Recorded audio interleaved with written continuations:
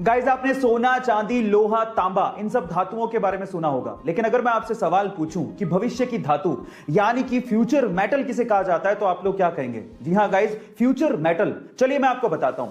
Future metal यानी कि भविष्य की धातु कहा जाता है टाइटेनियम को, और उसके पीछे का रीजन यह है कि टाइटेनियम स्टील के जितना स्ट्रॉन्ग है, लेकिन मजे की बात यह है कि स्टील से 45% तक हल्का है। इसके अलावा इस पे जंग भी नहीं लगती है, और सबसे बढ़िया बात यह है कि अर्थ पे नोवा सबसे ज्यादा पाए जाने वाला धातु है। इसका मतलब इसकी अवेलेबिलिटी भी बहुत ज्यादा है, और इन्हीं सब प्रॉपर्टीज की वजह से आज टाइटेनियम को एरोस्पेस इंडस्ट्री में, स्पोर्ट्स इंडस्ट्री में, बिल्डिंग इंडस्ट्री में, और उसके अलावा surgical implants and equipment industry में भी यूज किया जा रहा है। गाइस, आपको टाइटेनियम के बारे में ये इंफॉर्मेशन कैसी लगी, चैट सेक्शन में जरूर लिखिएगा। गाइस, जब भी आप किसी बाजार में से, रेस्टोरेंट के आगे से निकलते हो, तो आपने जनरली ये देखा होगा कि रेस्टोरेंट का कोई ना कोई लड़का आपके पास आके डिस्काउंट कूपन देता है और आपको कहता है कि रेस्टोरेंट में जब भी आप खाना खाएं तो ये डिस्काउंट कूपन दिखा दीजिएगा, आपको 20% डिस्काउंट मिलेगा या 30% डिस्काउंट मिलेगा। आप कूपन ले लेते हो, लेकिन थोड़ी आगे जाने के बाद उसे फेंक देते हो। लेकिन टेली स्टोरी नाम का एक रेस्टोरेंट है, उसने अपना डिस्काउंट देने का एक गजब तरीका निकाला है। उसने 2000 के नोट के जैसे दिखने वाले पेपर पर अपना डिस्काउंट कूपन छाप दिया और उसे सड़क पर फेंक दिया।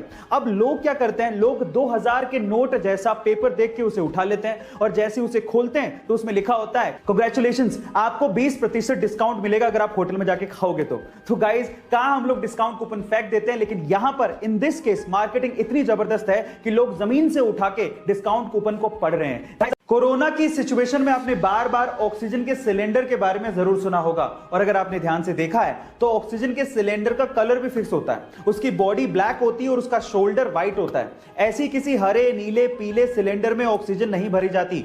इसका मतलब यह है कि गैस के हिसाब से सिलेंडर का कलर फिक्स होता है। जैसे कि अगर शोल्डर व्हाइट है तो ऑक्सीजन, अगर शोल्डर ब्राउन है तो हीलियम, अगर शोल्डर ब्लैक है तो नाइट्रोजन, अगर शोल्डर ब्लू है तो लाफिंग गैस, अगर शोल्डर ग्रे है तो CO2 गैस, और अगर शोल्डर रेड है तो इसका मतलब उसमें कोई फ्लेमेबल गैस भरी है। गाइस, ये इंफॉर्मेशन आपको कैसे लगी, चैट सेक्शन में जरूर लिखिएगा।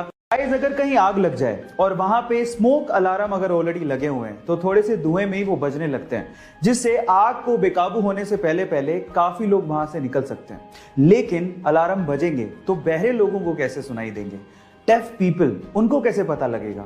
तो उसके लिए जापानीज लोगों ने एक टेक्नोलॉजी बनाई है। उन्होंने ऐसे स्मोक अलार्म बनाए हैं जिससे आग लगने के बाद उस स्मोक अलार्म में से वसाबी स्मेल वेपराइज होने लगती है। वसाबी एक तीखा मसाला टाइप स्मेल होती है जो कि नाक में चढ़ जाती है। अब जिससे बहरे लोगों को भी तुरंत पता लग जाएगा कि आग लगी है, यहां से भागो। इनफैक्ट गहरी नींद में सोया हुआ कोई इंसान होगा तो वो उसे भी जगा देगा। है ना ये इंटरेस्टिंग टेक्नोलॉजी? और इस टेक्नोलॉजी के लिए जापानीज को IG नोबेल प्राइज भी दिया गया था।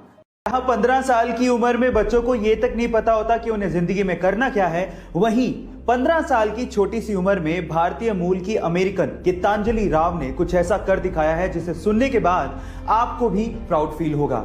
गाइस, इस छोटी सी बच्ची ने पूरी ही दुनिया के 5000 स्मार्ट किड्स को पीछे छोड़ते हुए टाइम्स मैगजीन का first ever kid of the year खिताब अपने नाम कर लिया है। इतना ही नहीं, इस बच्ची ने टाइम्स मैगजीन के कवर पेज पे अपनी जगह बनाई है, और इस सुपर किड का इंटरव्यू खुद हॉलीवुड अभिनेत्री एंजेलिना जोली ने लिया है।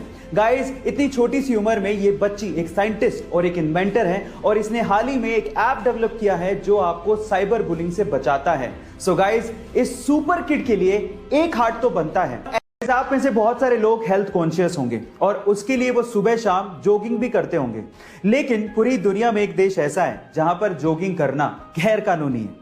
इसका मतलब यह है कि अगर आप जॉगिंग करते पकड़े गए तो आप लोगों को जेल में डाल दिया जाएगा। जी हां, और वो देश है पूर्वी अफ्रीका का बुरुंडी देश, जहां के राष्ट्रपति ने सन 2014 में जॉगिंग को गैर कानूनी करार दे दिया था, और उसके पीछे की वजह यह बताई थी कि जॉगिंग की आड़ में बहुत सारे लोग असामाजिक गतिविधियां करते हैं।